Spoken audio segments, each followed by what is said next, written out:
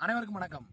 எடப்பாடி பழனிசாமி அவர்கள் முன்னாள் முதலமைச்சர், தமிழகத்தினுடைய முதல் பெண் முதலமைச்சர் ஜானகி அம்மையார் அவர்களுக்கு 100ஆண்டு விழா எடுக்கிறேன்னு சொல்லிட்டு ஒரு நாடகத்தை அரங்கேற்றி கொண்டிருக்கிறார்.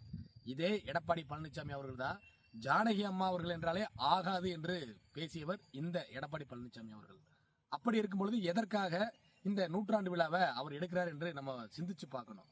எடப்பாடி பழனிசாமி அவர்கள் தற்போது நானும் இருக்கிறேன் அரசியல் களத்துல, நான் ஒரு எதிர்கட்சி தலைவர், நான் ஒரு முதலமைச்சர் வேட்பாளர் என்று தன்னை அடையாளப்படுத்திக் கொள்வதற்காக இந்த 100ஆண்டு விழாவை எடுத்திருக்கிறார் என்று சொல்லலாம்.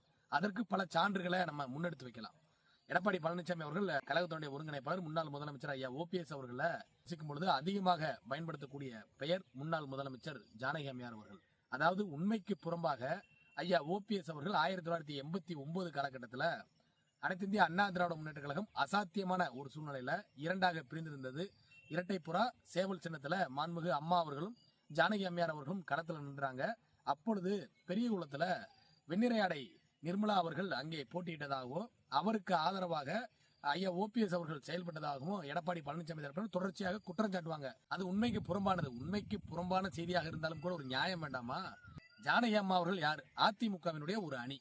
அம்மா அவர்கள் யார்? அதிமுகவினுடைய மற்றொரு அணி. அவங்க ரெண்டு பேர்த்துல யார் பலத்தை நிரூபிப்பது என்றதுதான் அன்றைய காலகட்டத்தில் தேர்தல் நடந்தது.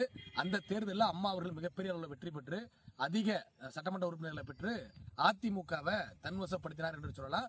அதற்கு ஜானகி அம்மா அவர்கள் ஒத்துழைத்து கட்சியை இணைப்பதற்கு சம்மதம் தெரிவித்தது மேலும் ஒரு செய்தியாக பார்க்கலாம்.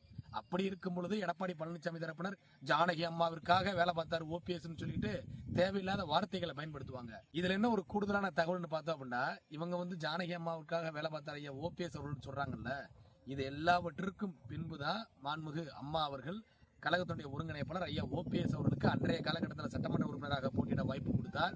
அதற்கு பின்பு அமைச்சரவை பட்டியலில் இடம்பெற செய்தார். அதற்கு பின்பு முதலமைச்சராகவும் அந்த அணியில் அமர வைத்தார். இவ்வளவு நம்பிக்கையும் பெற்றவர் தான் ஐயா OPS அவர்கள் என்பதை எடப்பாடி பழனிசாமி தரப்பினர் மறந்து விட்டனர். அந்த எடப்பாடி பழனிசாமி அவர்கள் தான் இன்னைக்கு ஓட்டு அரசியலுக்கு நாங்க பூரா ஒன்னாதான் இருக்கோம் என்பதை வெளி உலகத்திற்கு காண்பித்துக் கொள்வதற்காக அம்மா அவர்களுக்காக இந்த 100ஆண்டு விழாவை நடத்தி கொண்டிருக்கிறார். இப்படிப்பட்ட சுயநலவாதி எடப்பாடி பழனிசாமி அவர்கள் ஜானகி அம்மா அவர்களுக்காக விழா எடுப்பது வேடிக்கையாகவும் வினோதமாக இருக்கிறது. என்னமோ இவருக்கு நம்மளை பொறுத்தளவுக்கு திமுகவிற்கு இவருக்கு பல ஒற்றுமை இருக்குங்க. எடப்பாடி பழனிசாமி அவர்களுக்கும் இப்ப பார்த்தோம்னா திமுக புதுசா ஆரம்பிக்கக்கூடிய ஒவ்வொரு திட்டங்களுக்கும் கலைஞர் திட்டம், கலைஞர் அவர்களுடைய நூலகம் அப்படின்னு சொல்லிட்டு ஒவ்வொன்றா கலைஞர் அவர்களுடைய பெயர்லேயே, அதாவது முன்னாள் முதலமைச்சர் திமுகவுடைய தலைவர் கருணாநிதி அவர்களுடைய பெயர்லேயே ஆரம்பிச்சிட்டு இருக்காங்க. அந்த மாதிரி எடப்பாடி பழனிசாமி ஒரு ஆசை வந்துருச்சு போல இருக்கு.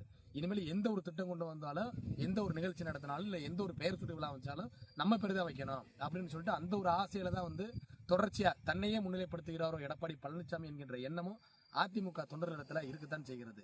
தற்பொழுது அதிமுக அதால பாதாளத்தில் இருப்பதற்கு மிக முக்கிய காரணம் எடப்பாடி பழனிசாமி அவர்கள் தான்.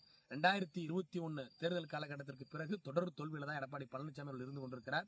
ஒருவேளை எடப்பாடி பழனிசாமி அவர்களுக்கு இந்த என்னுடைய பெயர் வைக்கணும் அப்படின்னு சொல்லி ஆசைப்படக்கூடிய அவருக்கு அந்த அதால பாதாளத்துக்கு வேணா எடப்பாடி பழனிசாமி அவருடைய பெயரை சூட்டிக் கொள்ளலாம்.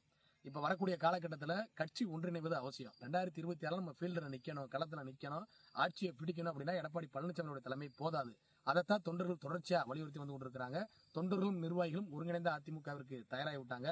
எடப்பாடி பழனிசாமி அவர்கள் ஜானகி அம்மா அவர்களுக்கு 100ஆண்டு விழா எடுத்தாலும் சரி, பழனிக்கே காவடி எடுத்தாலும் சரி, இனி எடப்பாடி பழனிசாமியுடைய தலைமையை ஏற்றுக்கொள்வதற்கு எந்த ஒரு அதிமுக தொண்டரும் தயாராக இல்லை. விரைவில் ஒருங்கிணைந்த அதிமுகவை எதிர்பார்க்கலாம். நன்றி, வணக்கம்.